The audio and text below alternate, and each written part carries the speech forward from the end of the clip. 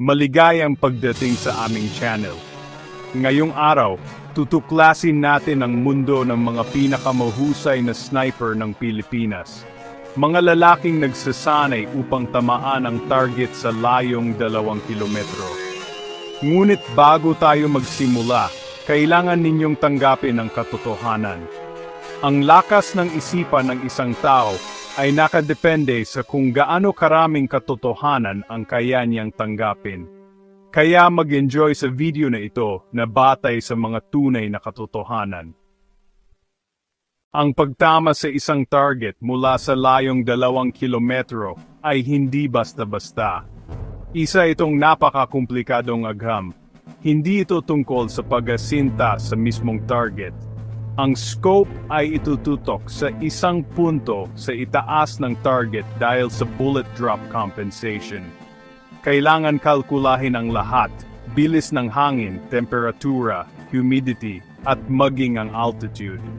Gumagamit ang mga modernong sniper ng laser rangefinders at Kestrel weather meters para sa tumpak na kalkulasyon. Ang isang elite sniper ay kailangang marunong magbasa ng kapaligiran gamit lamang ang kanyang mga mata. Sa layong 2 kilometro, ang pag-ikot ng mundo ay may sapat-pat na epekto para ilihis ang bala. Kaya ang sniper team ay binubuo ng dalawa, ang sniper at ang spotter na siyang utak ng operasyon. Ang pinakamalakas na armas ng isang sniper ay hindi ang kanyang baril, kundi ang kanyang isip. Ang stress inoculation training ay naglalayong sanayin ang utak na huwag magpanic sa gitna ng matinding pressure. Bago pumutok, hinihila ang gatilyo sa pagitan ng bawat tibok ng puso upang maiwasan ang paggalaw. Sumasailalim sila sa matinding psychological screening at patuloy na counseling upang matiyak na mentally fit. Kailangan maging master ng situational awareness, alerto sa lahat ng nangyayari sa paligid. Ang biglaang paglipad ng mga ibon o anino na wala sa lugar ay maaring senyales ng panganib. Ang kanilang isipan ay parang computer na patuloy na nagpoproseso ng impormasyon at nagpaplano ng susunod na hakbang.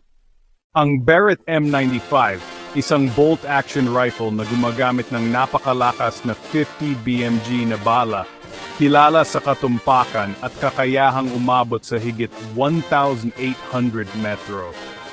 Ang Denel NTW-20, ginagamit ng Philippine Marine Corps, ay parang maliit na kanyon na kayang magdulot ng malawakang pinsala sa kalaban.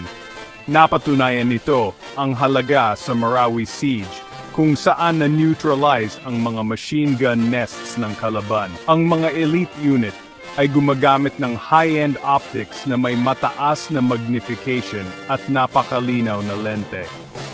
May mga komplikadong reticle at adjustment turrets para sa tumpak na pagsasaayos sa bullet drop at windage. Ang dekalidad na rifle na may kasamang dekalidad na scope sa kamay ng sinanay na sniper ay nakamamatay na kombinasyon. Sa layong 2 kilometro, kahit 10 milya bawat oras na hangin ay kayang ilihis ang bala ng ilang metro.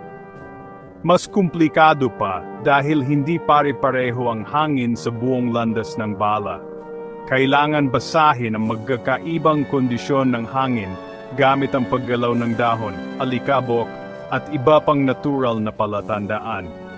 Ang terrain ay isa ring critical na salik. Sa angled shooting, nagbabago ang epekto ng gravity sa bala. Temperatura, air pressure, at humidity, lahat may malaking epekto sa paglipad ng bala. Lahat ng variable na ito, kailangan isama sa komplikadong formula ng sniper. Ang Scout Ranger Sniper Course ay isa sa pinakamahirap sa buong sandatahang lakas ng Pilipinas. Bawat araw ay pahirap, matinding pisikal na ehersisyo, mahahabang lakaran, kulang sa tulog at pagkain. Pinag-aaralan nila ang kanilang mga armas hanggang sa bawat tornilyo nito. Ang paggapang na ehersisyo ay sukdulan ng pagsubok sa pasensya at kasanayan sa pagtatago. Kailangan gumapang ng daan-daang metro sa iba't ibang lupa habang hindi nakikita ng mga instructor. Kung makita ng instructor bago makaputok, sila ay bagsak. Maraming kandidato ang bumabagsak dito. Ang Marine Force Recon Snipers ay dalubhasa sa amphibious operations mula dagat hanggang lupa. Sa Marawi Siege, nagtala sila ng mga pinakamahabang kumpirmadong pagpatay, umabot sa 2,200 metro. Ang kanilang precision ay nagligtas sa maraming buhay ng mga sundalong umatake. Ang PNP SAF snipers ay mga dalubhasa sa konkretong gubat ng siyudad. Sa hostage situations, ang kanilang putok ay maaaring tanging pag-asa para mailigtas ang mga bihag. Kailangan maging 100% sigurado sa target, hindi sila maaaring magkamali sa gitna ng mga civilian.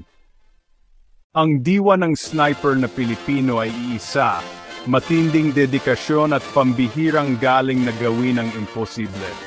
Ang mga bayaning ito ay hindi humihingi ng papuri. Sila ang mga anino na nagbibigay ng liwanag.